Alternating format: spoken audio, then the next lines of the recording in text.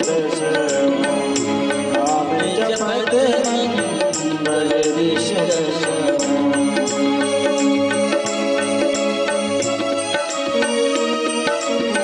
भाग कुभाल अनख आलस, भगवान की कथा भाव से सुनो, कुभाव से सुनो, आलस्यमय सुनो, कैसे भी सुनो, पर भगवान का नाम, भगवान की कथा, भगवान की भक्ति, भगवान का गुणगान लाभ। इसलिए बाबा आप तो भोले थे, भोले हैं और भोले ही रहो। उसने तो अमर कथा का पान किया है, भला वो कैसे मर सकता है। भोले बाबा ने कहा मैं तो भूल ही गया था, उदास होकर के लौट करके आए। पार्वती जी से कहने लगे देवी मैंने तुमसे कहा था कि ये अमर कथा हर किसी के लिए सुलभ नहीं है। भाग्योदयेन बहुजन्म समर्जितेन सत्संगमं च लभते पुरुषो यदा वै अज्ञान हेतु कृत मोह मदांधकारा नाशं विधाय हि तदोदयते विवेकः। विचार करिए, मां भगवती पार्वती जी की भी इतने भाग्य उदय नहीं हुए कि संपूर्ण भागवत कथा को सुन लें। बहुजन्म, कहीं न कहीं पार्वती जी के भाग्य में कुछ जन्मों के पुण्य शेष थे। 5 दिन की कथा सुन पाई, 2 दिन की नहीं सुन। पार्वती जी 7 दिन कथा नहीं सुन पाई तो फिर हम और आप किस खेत की मूली है? उनसे ज्यादा तो भाग्यशाली नहीं है हम आप लोग, लेकिन धन्य है वो पक्षी चिंता मुक्त होकर के जिसे 7 दिन कथा सुन ली। भोले बाबा कहना चाहते हैं कि पार्वती जी से ज्यादा भाग्यवान भागवत सुनने वाला वो पक्षी था। और वो पक्षी रूपी जो गर्भस्थ अवस्था में पिटका देवी के प्रस्थान करता है ना, वो 9 महीने नहीं रहा, 12 वर्ष तक मां के गर्भ में रहा। बोले मुझे गर्भ के बाहर नहीं निकलना, गर्भ के बाहर निकल करके जाऊंगा तो दुनिया पकड़ लेगी, जब दुनिया पीछे भागेगी और जहां चमत्कार दिखाई देगा ही नहीं वहां कोई जाएगा। लेकिन जहां पर चमत्कार हो वहां पर भक्ति नष्ट हो जाती है। भागवत के 5म स्कंद में 4th स्कंद में वर्णन आता है, ऋषभदेव जी के पीछे सारी दुनिया जाने लगी, क्योंकि भगवान ऋषभदेव जो कहते थे वो हो जाता था। लेकिन जैसे दुनिया उनके आगे पीछे भागने लगी तो एकदम भगवान ऋषभदेव ने मन में विचार किया कि यदि मैं दुनिया को इसी तरह प्रसन्न करता रहूंगा तो मैं भगवान की भक्ति से बहुत दूर हो जाऊंगा, मेरे पुण्य क्षीण हो जाएंगे, मेरी भक्ति नष्ट हो जाएगी। तो ऋषभदेव जी ने अपने मुंह में पत्थर रख दिया। जैसे लोग ऋषभदेव भगवान के पास आते उनके मुंह में पत्थर देखते बोलिए बाबा तो पागल हो गया, ये हमारा भविष्य क्या बताएगा। चाहे मुक्त हो गए कि जब दुनिया हमको पागल समझे, कोई वेद मंत्र पढ़ रहा हो। व्यास जी का अच्छा, यदि वेद मंत्रों की ध्वनि आपको सुनाई देती है तो आपके गर्भ में कोई साधारण बालक नहीं है, निश्चित रूप से कोई भगवत अंश है, भगवत स्वरूप है। श्रीमद् भागवत महापुराण का सूत्र कहना चाहता है कि हमेशा गर्भवती माताओं को अच्छे कार्य करना चाहिए। जो मां गर्भवती हो वो अधिक से अधिक समय भगवान की पूजा करे। जो मां गर्भवती हो वो कभी भी झूठ ना बोले। जो मां गर्भवती हो वो अपने कानों से दुनिया की बुराइयां ना सुने। जो मां गर्भवती हो अपने कानों से हमेशा भगवान की कथाएं सुने।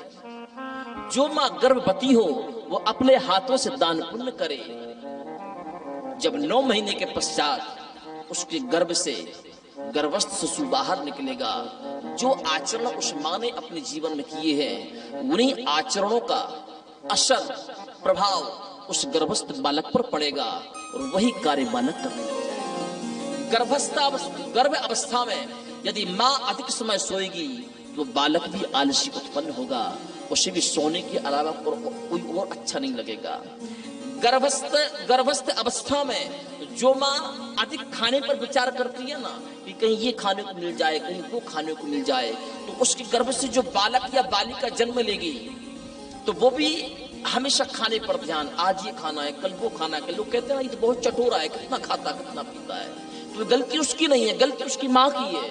यदि उसकी माँ ने अपने ऊपर अपना कंट्रोल किया होता तो आज उसका बालक भी बिल्कुल व्यवस्थित होता। और यदि माँ इसकी निंदा उसकी निंदा, इसकी बुराई उसकी बुराई करती है तो वो जन्म लेने वाला बेटा हो या बेटी हो तो वो भी एक दूसरे की निंदा, एक दूसरे की बुराई करने लगता है।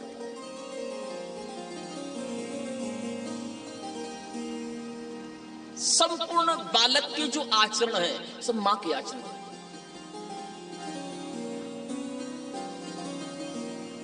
सुभद्रा एक बार बैठी हुई थी, अभिमन्यु के गर्भ में थे। चक्रव्यूह रचना का वर्णन भगवान सुभद्रा को सुना रहे थे, अर्जुन को सुना रहे थे, मतलब अर्जुन के साथ सुभद्रा भी सुन रही थी। तो चक्रव्यूह में किस तरीके से प्रवेश करना होता है इस संपूर्ण शिक्षा भगवान अर्जुन को प्रदान कर रहे थे। सुभद्रा भी सुन रही थी, लेकिन चक्रव्यूह से बाहर कैसे निकलना है जब तक वो प्रसंग आया सुभद्रा को नींद आ गई, सुभद्रा सो गई और अर्जुन ने चक्रव्यूह में प्रवेश करने का विधान भी सुन लिया। चक्रव्यूह से बाहर निकलने की शिक्षा भी श्रवण कर ली, अर्जुन भी चले गए।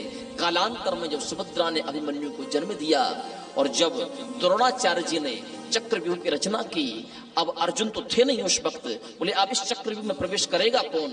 अभिमन्यु ने कहा कि प्रवेश करना तो मुझे आता है पर मुझे चक्रव्यूह से बाहर निकलना नहीं आता। धर्मराज ने कहा तुम चिंता मत करो, तुम आगे आगे चलना, हम पीछे पीछे चलेंगे, आप प्रवेश करो, बाहर हम निकालेंगे। लेकिन जैसे ही अभिमन्यु चक्रव्यूह में प्रवेश करते हैं तो चक्रव्यूह से बाहर निकलना आता नहीं था, क्योंकि मां सो गई थी उस समय। यदि मां सोई नहीं होती तो शायद हो सकता है कि चक्रव्यूह से बाहर अभिमन्यु निकल करके आ जाते और अभिमन्यु का वध नहीं होता। तो मां के गर्भ में जो बालक है या बालिका है वो संपूर्ण जो 9 महीने मां आचरण करती है वो संपूर्ण गुण उस बालक बालिका में। इसलिए माताओं को उस अवस्था में अधिक से अधिक भजन पूजन करना चाहिए। आप चाहते हैं कि हमारा बेटा भगवान का भक्त बने, हमारा बेटा संत बने, हमारा बेटा भगवान की भक्ति करे, तो आपको भगवान की भक्ति करनी पड़ेगी। यदि आप चाहते हैं कि हम जैसे ठीक हैं, हमको कुछ नहीं करना, तो आप चोरी करने लग जाना, तो आपका बेटा जन्म लेगा तो वो भी चोरी करेगा। आजकल होता ना, अब यहाँ तो कुछ भी नहीं है, जब बड़ी बड़ी कथाएं होती हैं, लाखों लोग कथा सुनने के लिए आते हैं, किसी को कुछ नहीं मिलता तो चप्पल ही चुरा करके ले जाते हैं। अब जब माता जी चप्पल चुरा करके ले गई तो जब उनके गर्भ से बेटा जन्म लेगा वो चप्पल थोड़ी चुराएगा, वो तो पूरा इंसान को चुरा करके ले जाएगा।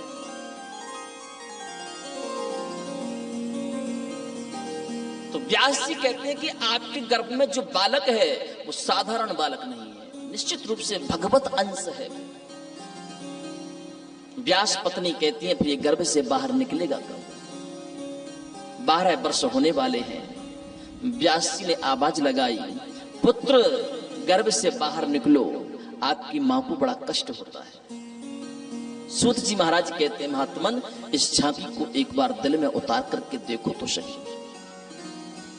गर्भ से बालक बोल पड़ा, पिताजी मैं गर्भ से बाहर नहीं निकलूंगा, मैं यदि गर्भ से बाहर आया तो विष्णु की माया मुझे पकड़ लेगी, और जब विष्णु की माया मुझे पकड़ लेगी ना तो फिर मैं भगवान का भजन नहीं कर पाऊंगा।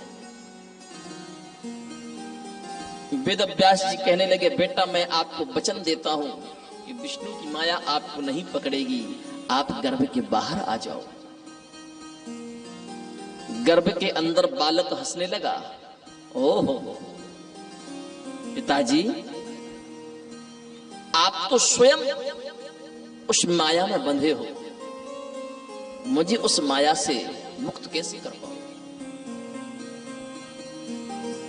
पहले आप उस विष्णु की माया से मुक्त होकर के दिखाओ, फिर आप मुझे उस माया से मुक्त कर पाओगे।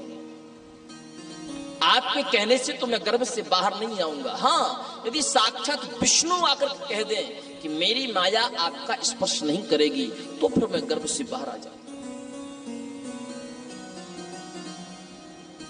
व्यास जी ने मन ही मन भगवान श्री हरि का स्मरण किया, प्रभु कृपा करो।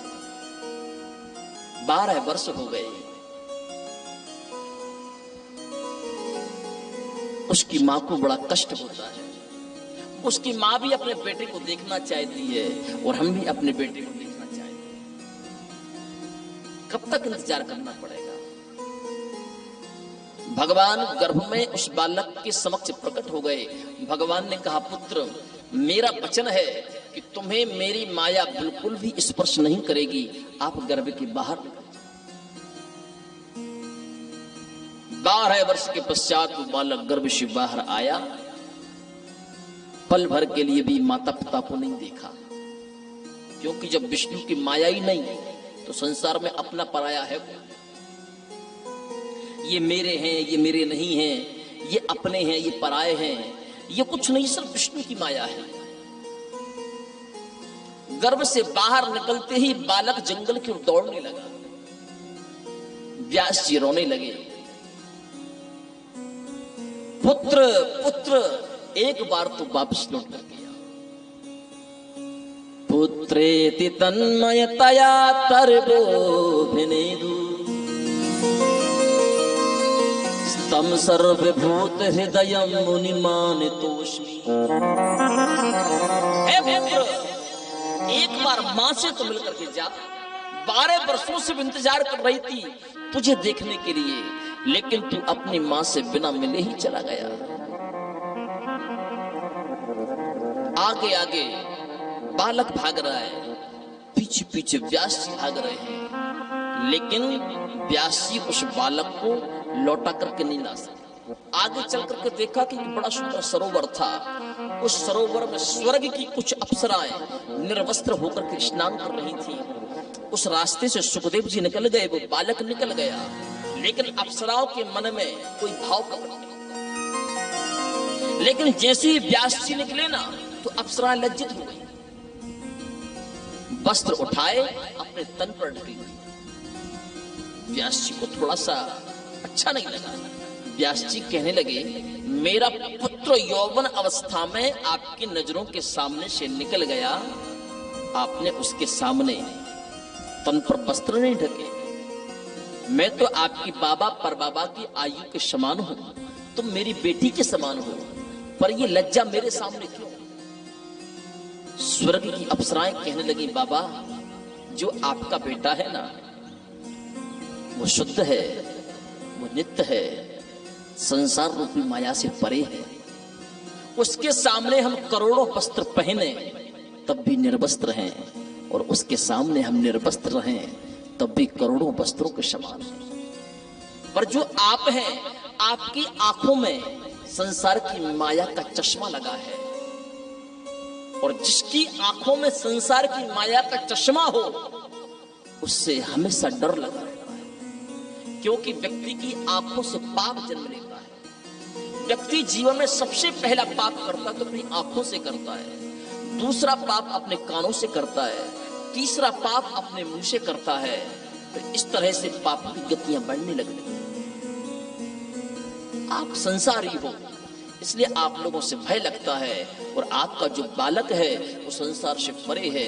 व्यास जी समझ गए कि जब अप्सराओं ने मेरे पुत्र के विषय में ये भाव व्यक्त कर दिए, तो मेरे जैसा व्यास अपने बेटे को वापस लौटा करके नहीं ला सकता। व्यास जी वापस लौट करके आए, टूट गए। 12 वर्षों के बाद बेटा हुआ, वो भी उसका सुख नहीं मिला। पिता के अरमान अपने बेटे के ऊपर होते हैं, और जब बेटा ही पिता का साथ ना दे तो पिता टूट जाता है।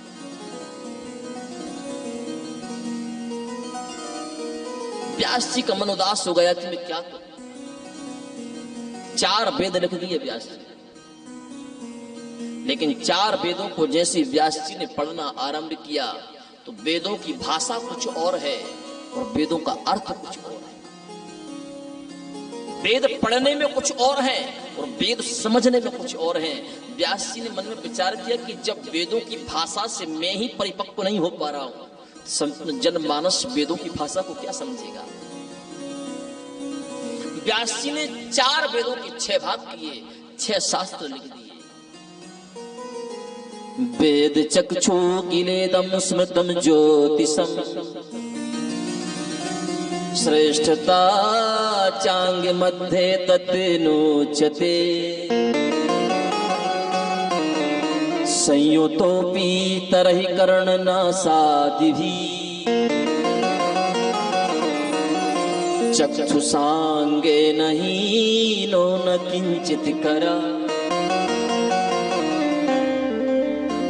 व्याकरण, ज्योतिष, मीमांसा, छंद इत्यादि की रचना की। जो ज्योतिष है वो वेदों के नेत्र हैं। लेकिन जैसे वेद व्यास जी ने ज्योतिष के वैदिक गणित को देखा, व्यास जी ने कहा बाप रे इतना कठिन गणित, संसार के लोग इससे भी भ्रमित हो जाएंगे, इससे भी संसार का कल्याण होने वाला नहीं। हमने क्या लिखा? 6 शास्त्रों के 17 भाग करके 17 पुराणों की रचना करते हैं। लेकिन 17 पुराणों की रचना करने के बाद भी व्यास जी का मन संतुष्ट नहीं हुआ। व्यास जी रोने लगे। उसी समय देवर्षि नारद आए। नारद जी ने कहा महात्मन, व्यक्ति के रोने से कभी किसी शंका का समाधान नहीं हो सकता। यदि रोने से शंका का समाधान होता तो आज के समय में सारी दुनिया रो रही है।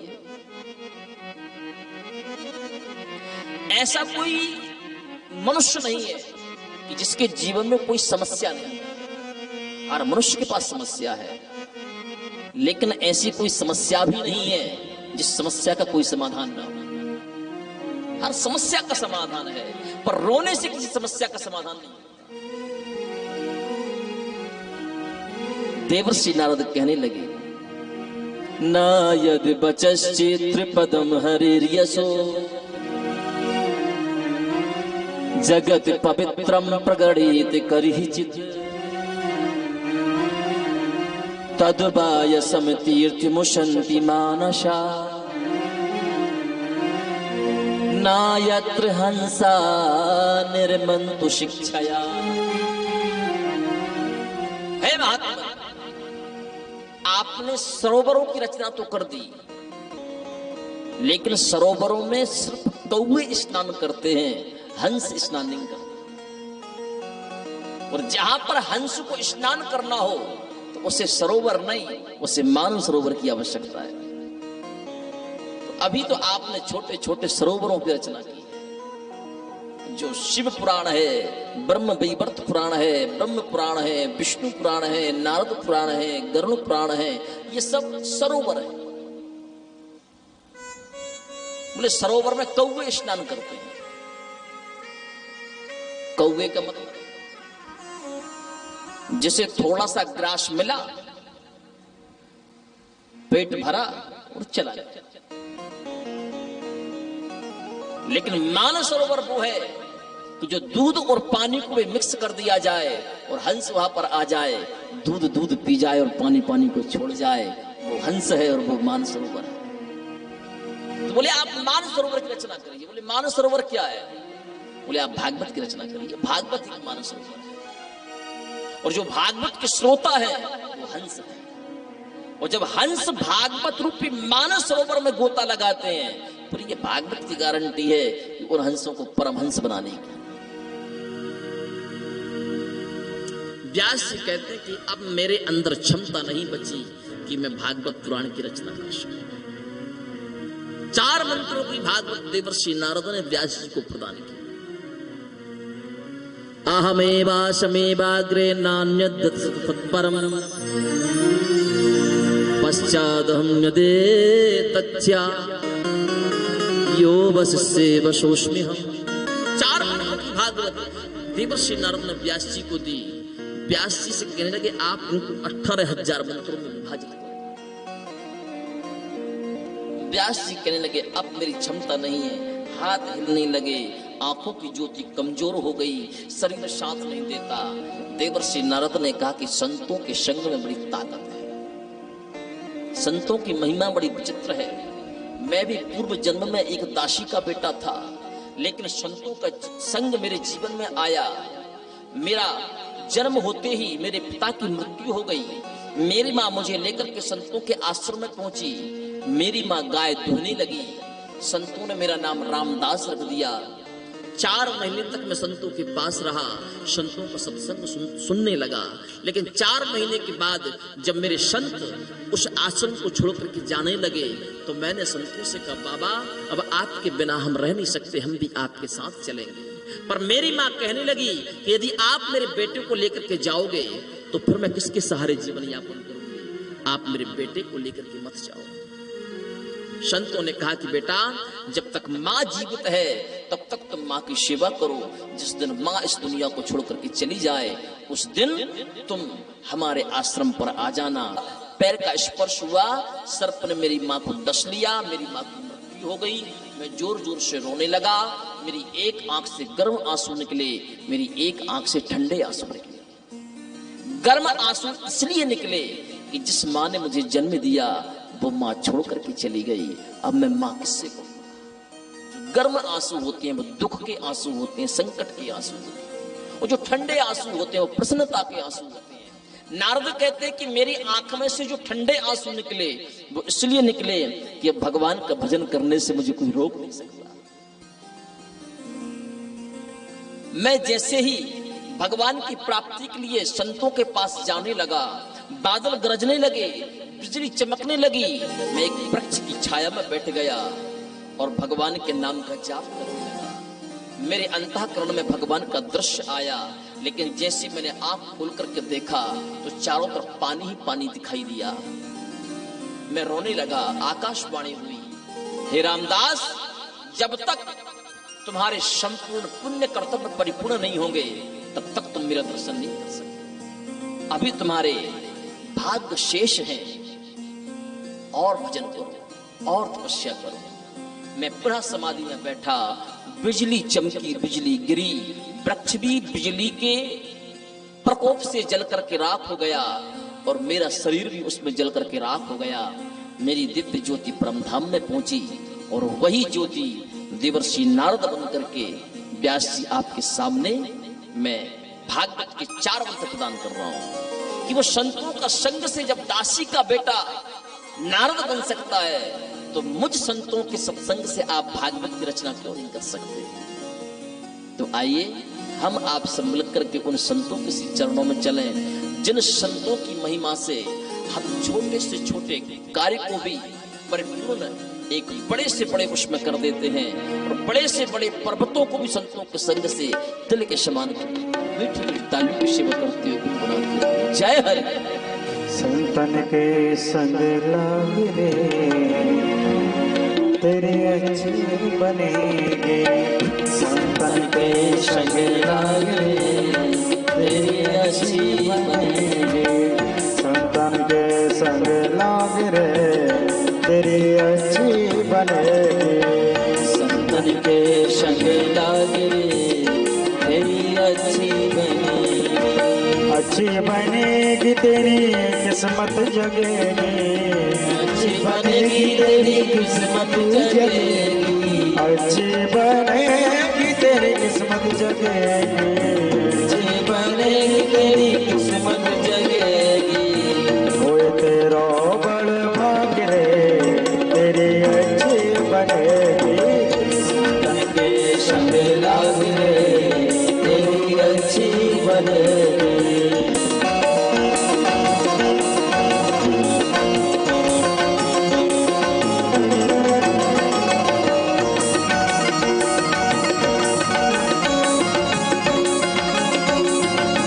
दोनों हाथों से तालियों की सेवा करते हुए जय हरि।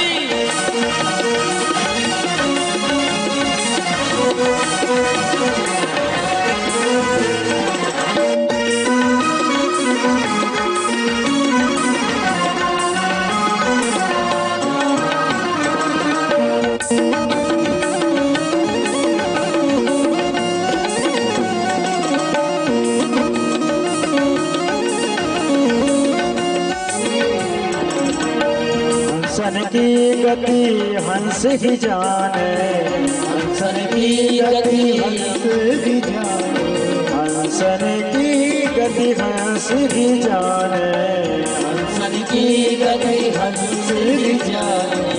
क्या जाने कोई कागरे, क्या जाने कोई कागरे, तेरी अच्छी बनेगी संतन के संग लाग रे, तेरी अच्छी बनेगी संतन के संग लाग रे, तेरी अच्छी बनेगी।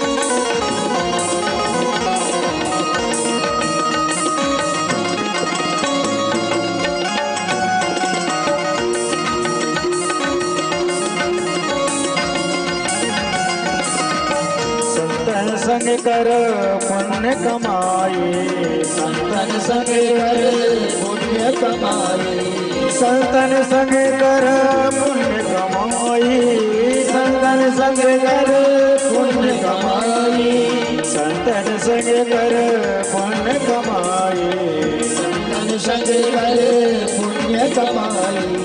हो तेरा बड़ भाग रे, हो तेरा बड़ भाग रे, तेरी अच्छी बनेगी संतन के संग लाग रे, तेरी अच्छी बनेगी।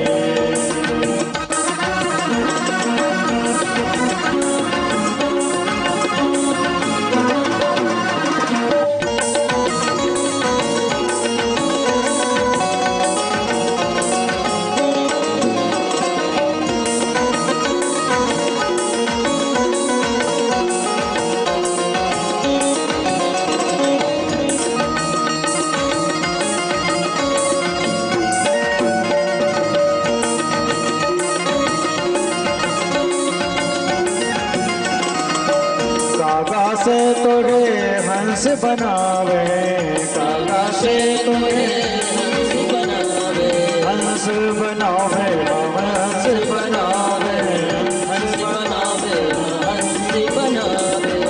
कागा से तोड़े हंस बनावे, कागा से तोड़े हंस बनावे, गुरु सुमरण में लाग रे, तेरी अच्छी बनेगी संतन के संग लाग रे, तेरी अच्छी बनेगी।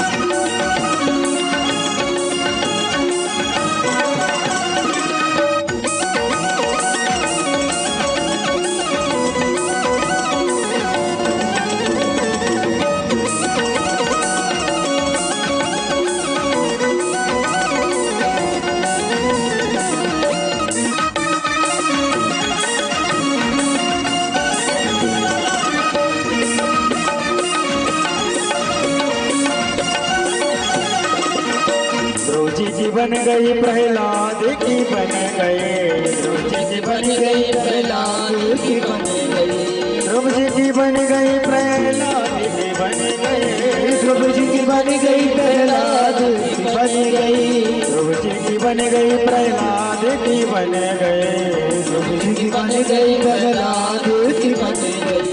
जाग सके तो जाग रे, जाग सके तो जाग रे, तेरी अच्छी बनेगी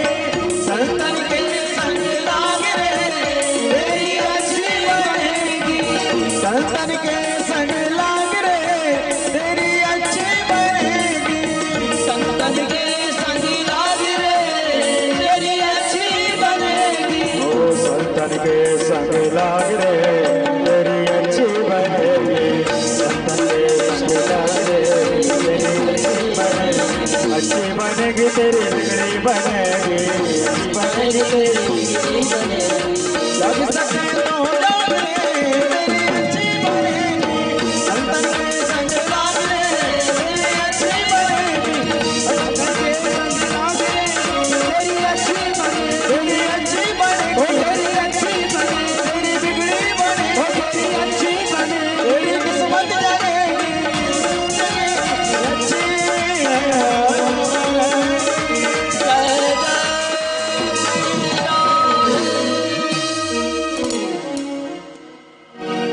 देवर्षि नारद कहते हैं कि संतों के संग से दासी का बेटा नारद बन गया, तो संतों के संग से आप 4 मंत्रों को 18,000 मंत्रों में क्यों नहीं बना सकते?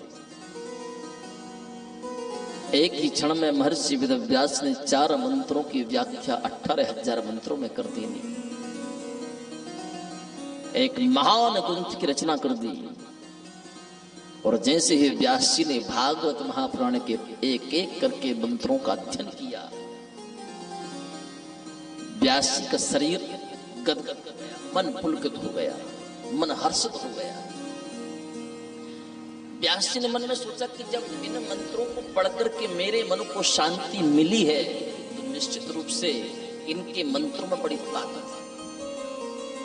जरा मैं परीक्षा लेकर के तो देखूं। अपने एक शिष्य को बुलाया, अपने शिष्य को आधा मंत्र लिख करके दिया और कहा कि जाओ, जहां पर मेरा बेटा सुखदेव समाधि में बैठा है उसके सामने ये आधे मंत्र को गाना। यदि आधे मंत्र को सुनकर के उसकी समाधि खुल जाए तो मैं समझ लूंगा कि मेरे भागवत के मंत्रों में बड़ी ताकत है। शिष्य दौड़ा दौड़ा गया। सुखदेव कठोर से कठोर समाधि में थे और वो शिष्य जाकर के आधे मंत्र का गायन कर रहे। बरहा पीडम नटवर बपहु कर्णयो कर्णिकारम विभ्रद भाषा कनक कपि संभय जयंतीम चमाला। बरहा पीडम नटवर बपहु कर्णयो कर्णिकारम। जैसे इस आधे मंत्र का उस नन्हे से शिष्य ने गायन किया, सुखदेव जी की समाधि खुल गई। दौड़े दौड़े आए, शिष्य से कहने लगे, भैया बड़ा मीठा मंत्र गाया, इसके आगे हमको और सुनाओ ना, इसके आगे और क्या लिखा है? शिष्य कहने लगा कि हमारे गुरुजी ने तो हमको आधा ही मंत्र सिखाया था। यदि आपको ये मंत्र ज्यादा अच्छा लग रहा हो तो हमारे गुरुजी के चरणों में चलो, ऐसे हजारों मंत्र हैं। सुखदेव जी समझ गए कहीं ऐसा तो नहीं कि विष्णु की माया पकड़ने को आई हो। सुखदेव जी फिर समाधि में बैठ गए। शिष्य दौड़ा दौड़ा आया, व्यास जी से कहने लगा, गुरुदेव मैंने जैसे आधा मंत्र गाया तो सुखदेव की समाधि खुल गई और सुखदेव ने आकर मुझसे कहा कि इसके आगे और सुनाओ, पर मुझे नहीं आता था। लेकिन जैसे मैंने आपके विषय में बताया तो वो फिर समाधि में बैठ गए।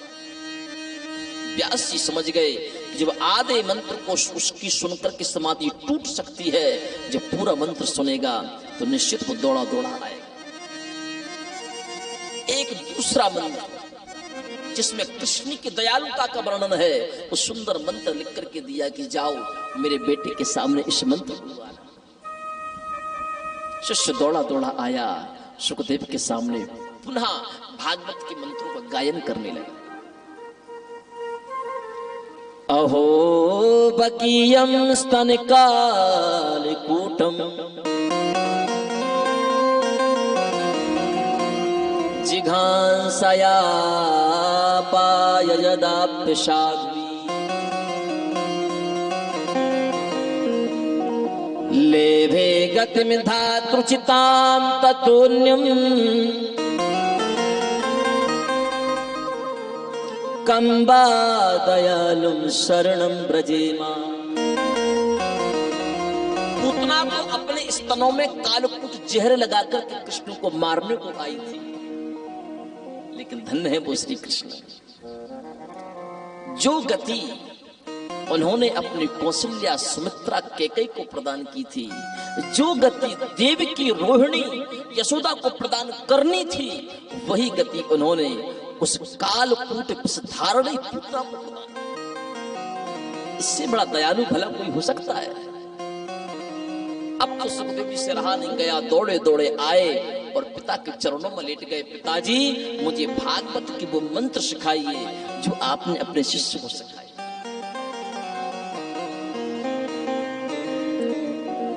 व्यास जी ने मन में विचार किया कि सुखदेव को मैं भागवत कैसे सिखा दूं? भागवत का अधिकारी तो वो है जिसने काम को जीता, जिसने क्रोध को जीता।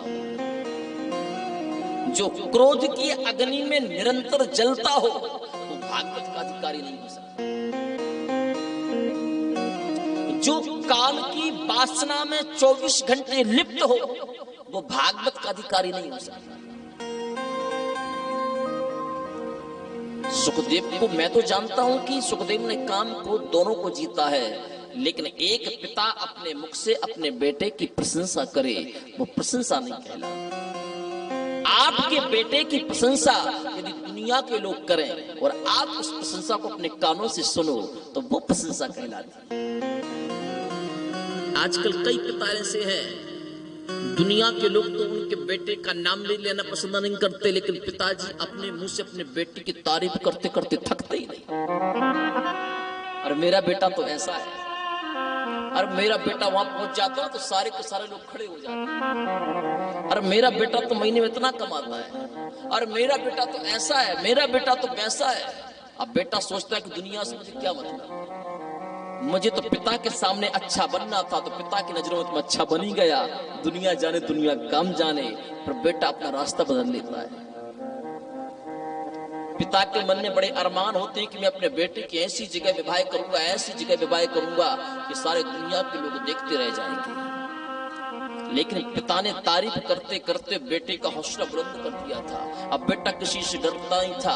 पिताजी गए, बेटे का संबंध तय करके आ गए और बढ़िया सुंदर लेन देन की बातचीत भी हो गई। पिताजी ने बेटे को पत्र लिखा, बेटा इस तारीख में आपकी पीली चिट्ठी आने वाली है, आप घर पर आना।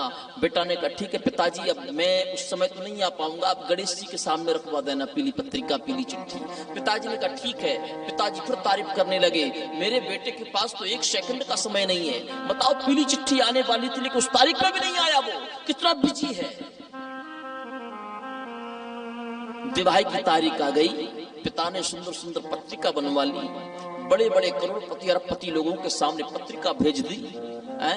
बड़ी बड़ी लग्जरिया गाड़ियों में लोग बैठ करके आए, बड़ा टेंट, बड़ा पांडाल, 56 प्रकार के व्यंजन बेटे के स्वागत में, शादियों में, बारातियों के स्वागत में थालियां सजवाई। अब पिता को पता चला कि मेरा बेटा आ रहा है।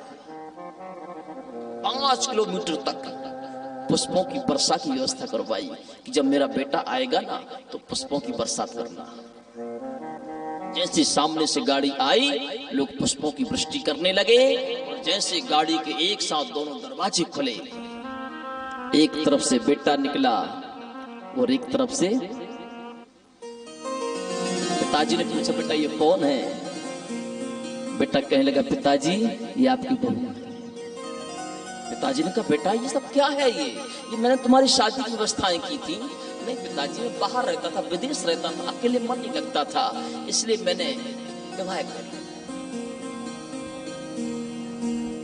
कोई तन दुखी, कोई मन दुखी, कोई धन बिन रहते उदास, थोड़े थोड़े सब दुखी सुखी राम के दास।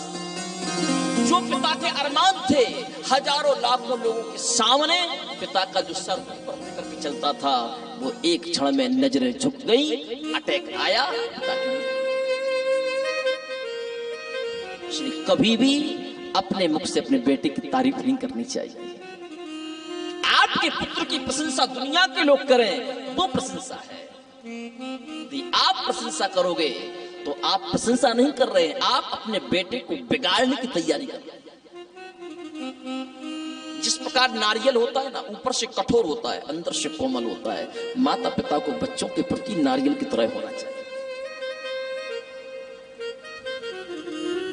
व्यास जी जानते थे कि मेरे बेटे ने काम क्रोध को जीत लिया, लेकिन जब तक जनक महाराज मेरे बेटे की प्रशंसा नहीं कर देंगे तब तक ये प्रशंसा नहीं मानी जाएगी। जनक महाराज के पास व्यास जी ने पत्र लिखा कि मेरा पुत्र आ रहा है, आप उसकी परीक्षा लेना, उसने काम क्रोध को जीता या नहीं जीता। पहले के समय को देखिए और आज के समय को देखिए। पहले के समय में व्यास जी ने पत्र लिखा कि आप मेरे बेटे की परीक्षा लीजिए, वो आपकी परीक्षा में पास होता है या नहीं होता है। और आज का पिता कहता है कि पैसे की चिंता मत करिए, पैसा जितना लेना उतना ले लीजिए, पर मेरा बेटा फेल नहीं होना चाहिए।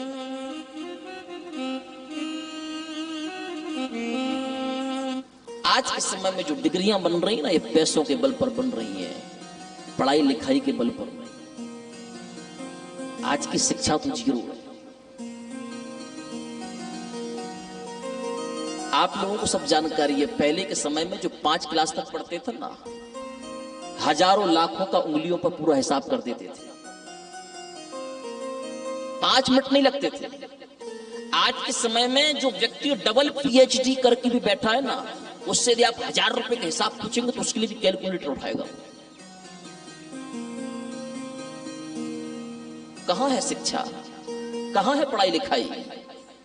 ये सब पैसों के बल पर। लेकिन उस पैसों के बल पर कभी अभिमान मत करना। कबीरा सब जग निर्धना, धन बनता नहीं कोई, धन बनता सोई जानिए, जग राम नाम धन होए। जिसके पास राम नाम का धन नहीं है वही निर्धन है, और जिसके पास राम नाम का धन है उससे बड़ा धनवान संसार में और। कागज के टुकड़े आपके मेरे साथ जाने वाले नहीं। ये मकान, ये लग्जरी गाड़ियां, ये बंगले, ये घोड़े गाड़ी, सब कुछ यहीं रहना है। लेकिन मेरे और आपके साथ भी जाएगा। धर्मानुरागो गच्छति जीव ऐसा, जो धर्म पुण्य हमने किया है वो हमारे साथ जाएगा। जो राम नाम का लेखन किया है, राम नाम का भजन किया है, वो हमारे साथ जाएगा।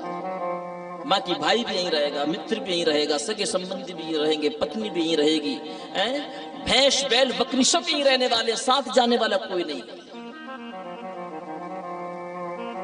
इसलिए कागज के नोटों के प्रति ना भागते हुए मेरे ठाकुर जी के पीछे भागो, कृष्ण भक्ति के पीछे भागो। सुखदेव जी जनक महाराज के समक्ष पहुंचे, द्वारपालों से कहा कि हमको वेदांत सीखना है, वेदांत पढ़ना है, अपने महाराज से कहिए। जनक महाराज के पास दूत पहुंचे, बोले व्यास नंदन सुखदेव आए हैं, वो वेदांत पढ़ना चाहते हैं। जनक जी ने कहा व्यास नंदन से कहो कि 5 दिन तक मेरे पास समय नहीं है, यदि वो वेदांत सीखना चाहता है तो 5 दिन तक मेरा इंतजार है। 5 दिन तक ज्येष्ठ के महीने की धूप में ना कोई छांव, ना चरणों में चरण पादुका, 5 दिन 5 रात सुखदेव वेदांत पढ़ने की अभिलाषा में खड़े रहे। 5 दिन तक पानी भी नहीं पिया, अन्न का दाना भी ग्रहण नहीं किया। जनक महाराज ने अपने दूतों से कहा कि 5 दिन पूरे हो गए, यदि सुखदेव के चेहरे पर थोड़ी भी क्रोध की लकीर हो तो उसे बाहर कर दो। दूत कहने लगे महाराज, हमने ऐसा शिष्य जीवन में कभी नहीं देखा, ऐसा विद्या का अधिकारी, वेदांत का अधिकारी हमने कभी नहीं देखा। 5 दिन से कड़ाके की धूप में बिना पानी के, बिना भोजन के खड़े हुआ है। जो मुस्कुराहट उसके चेहरे पर पहले दिन थी, वही मुस्कुराहट उसके चेहरे पर आज भी है।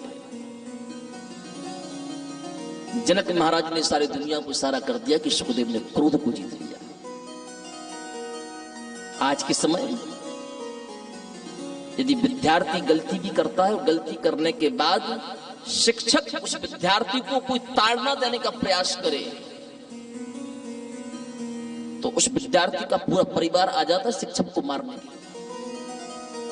पहले के समय में लोग कहते थे कि हड्डी हमारी और चमड़ी तुम्हारी, लेकिन आज के समय में लोग कहते हैं हड्डी भी हमारी, चमड़ी भी हमारी, सिर्फ पैसा तुम्हारा। पैसा लो कितना चाहिए, और बेटे को खरोंच नहीं आना चाहिए।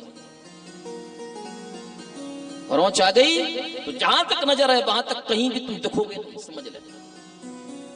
जब गुरु का ही सम्मान नहीं, शिक्षक का ही सम्मान नहीं, तो विद्या कहां से आएगी? जनक महाराज आए, सुखदेव जी से कहा बेटा चलो हम आपको वेदांत पढ़ाएंगे। एक सुंदर उद्यान था, उस उद्यान में सुखदेव जी को बिठाया, बोले हम आते हैं आप बैठो। जनक जी ने एक सुंदर पत्र लिखा और उस पत्र में लिखा है देवराज इंद्र, आपके स्वर्ग में जितनी भी सुंदर सुंदर अप्सराएं हो, एक एक करके संपूर्ण अप्सराओं को आप हमारे राज्य में भेज दें। उस पत्र को अपने बाण पर लगाया, बाण छोड़ दिया, स्वर्ग में बाण पहुंचा और देवराज इंद्र ने चिट्ठी पढ़ी। उस चिट्ठी में जो लिखा था वो कार्य एक क्षण में देवराज इंद्र ने परिपूर्ण किया। हजारों अप्सराएं आ गई। जनक महाराज ने कहा कि जाओ सुखदेव की परीक्षा लेना।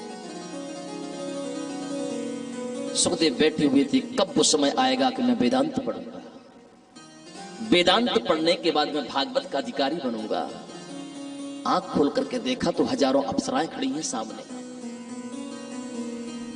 सुखदेव जी ने जैसे ही हजारों अप्सराओं को देखा, अप्सराओं को चरणों में लेट गए सुखदेव जी। हे मां, आप में से वो महान मूर्ति कौन है जो मुझ अबोध बालक को वेदांत का प्रतिपादन करेगा? मुझे जल्दी से वेदांत सिखाओ, मुझे भागवत सीखना है। अप्सराओं को स्वर्ग में सब कुछ मिलता है, पर मात्र भाव, मात्र प्रेम, मां शब्द नहीं मिलता। अप्सराओं ने जैसे सुखदेव के मुख से मां शब्द सुना, अप्सराएं भाव विभोर हो गई और अपने आप लज्जित होने लगी। जनक महाराज के पास पहुंची, कहने लगी सुनिए, आज तो आपने हमको इस महान पुरुष की परीक्षा लेने के लिए बुला लिया, लेकिन आज के बाद जीवन में कभी ऐसी गलती मत करना। यदि आपने ऐसी गलती की तो हमारे श्राप से आप भी नहीं बचोगे। अप्सराओं का श्राप भी बड़ा कठिन होता है। जनक महाराज समझ गए, सारी दुनिया को इशारा कर दिया कि सुखदेव ने काम क्रोध को जीत लिया और दौड़े दौड़े जनक महाराज आए, सुखदेव जी के चरणों में लेट गए। हे सुखदेव, मेरे जैसे हजारों लाखों जनक भी आ जाएं, तब भी आपको वेदांत नहीं सिखा सकते, क्योंकि आप तो स्वयं वेदांत प्रतिबद्ध हो। आपके रोम रोम में वेदांत समाहित है। तो आपके पिता ने परीक्षा लेने के लिए भेजा था, इसलिए मैंने आपकी परीक्षा ली थी कि आपने काम क्रोध को जीता या नहीं जीता। मुझसे कुछ अपराध बने हो तो क्षमा कर देना और जाओ, आप भागवत के पूर्ण अधिकारी हैं, आप भागवत पढ़िए, भागवत सीखिए। सुखदेव जी अपने पिताजी के पास आए। भगवान वेदव्यास ने सुखदेव जी के लिए संपूर्ण भागवत का ज्ञान सुखदेव को प्रदान किया। ज्ञान प्राप्त करने के पश्चात सुखदेव जी एक क्षण नहीं रुके, अपने पिता की 3 परिक्रमा लगा करके उनके चरणों में प्रणाम करके अपने पुनः उसी तपस्थली की ओर चल पड़े। भगवान की आराधना करने लगे। 88,000 महात्माओं ने पूछा, बाबा वो परीक्षित कौन है जिस परीक्षित के लिए इन्हीं सुखदेव जी ने कथा सुनाई? ये कथा हम आप सब कल श्रवण करेंगे, क्योंकि समय भी हो गया। अब सब लोगों का गौदोहन का समय हो चुका है। गौदोहन भी करना है, गाय की सेवा भी जरूरी है समय समय पर कल से हमारे जो संगीत विद्वान हैं ये 2:30 बजे यहाँ पर आ जाएं। कम से कम 3 बजे से कथा अपनी शुभारंभ हो जाए तो भरपूर हम भी कथा कह सकें, आप लोग भी कथा सुन सकें। 2 घंटे में 2.5 घंटे में क्या कथा होगी? श्रोता भले ही कम है, लेकिन वास्तव में बहुत अच्छे श्रोता है। तो आइए मीठी मीठी तालियों की सेवा करते हुए ठाकुर जी के चरणों में, उसके पश्चात भागवत भगवान की आरती और आरती के पश्चात प्रसाद लेकर के ही अपने अपने घर को प्रस्थान करेंगे। जय हरि। हरे राम राम राम सीता राम राम राम, हरे राम राम राम सीता राम राम राम, हरे राम राम राम सीता राम राम राम, हरे राम राम राम सीता राम राम राम, हरे राम राम राम सीता राम राम राम, हरे राम राम राम सीता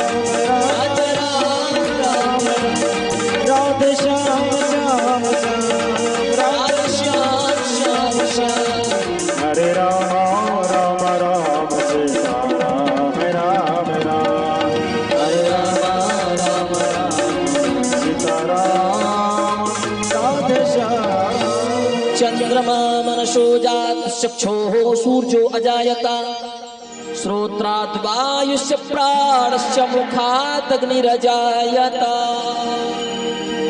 चार आरतियां हैं, सभी भक्त आरती उतार लेंगे। जो पीछे खड़े हैं वो भी आगे की तरफ आ जाएं, एक करके जल्दी जल्दी उतारते जाएंगे। बोलो प्राण पुरुषोत्तम भगवान की जय हो।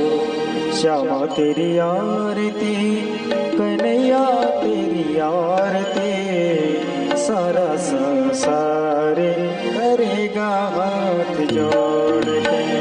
श्यामा तेरी आरती, कन्हैया तेरी आरती, सारा संसार करेगा हाथ जोड़ के। श्यामा तेरी आरती, कन्हैया तेरी आरती, सारा संसार करेगा हाथ जोड़ के।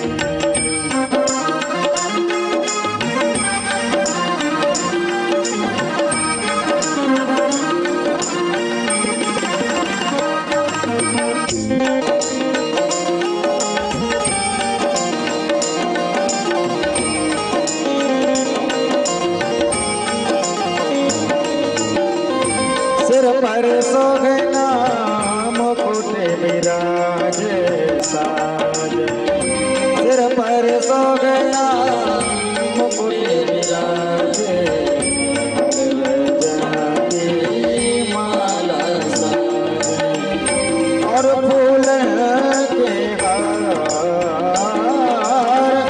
और फूल के हार करेगा हाथ जोड़ के।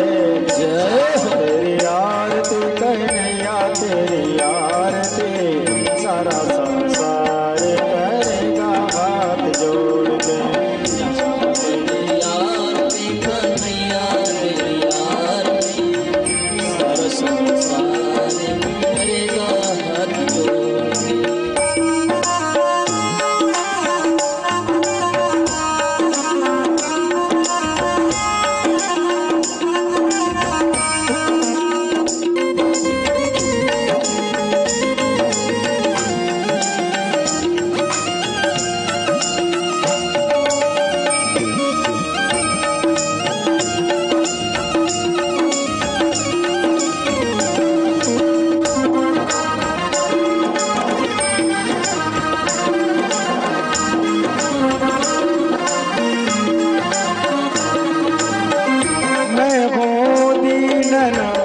दुखिया भारी आया हो प्रभु शरण तिहारी।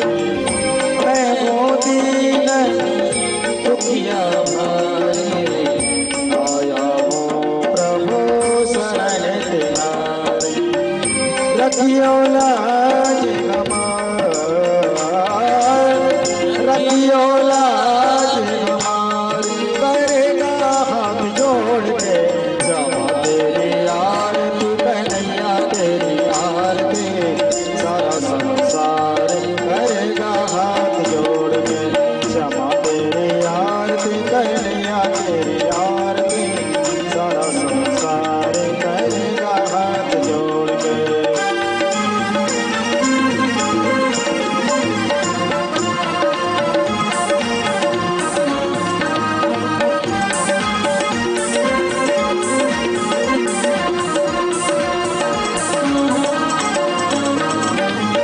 ब्रह्मादिक तेरो यश गावे, नारद सारद ध्यान लगावे।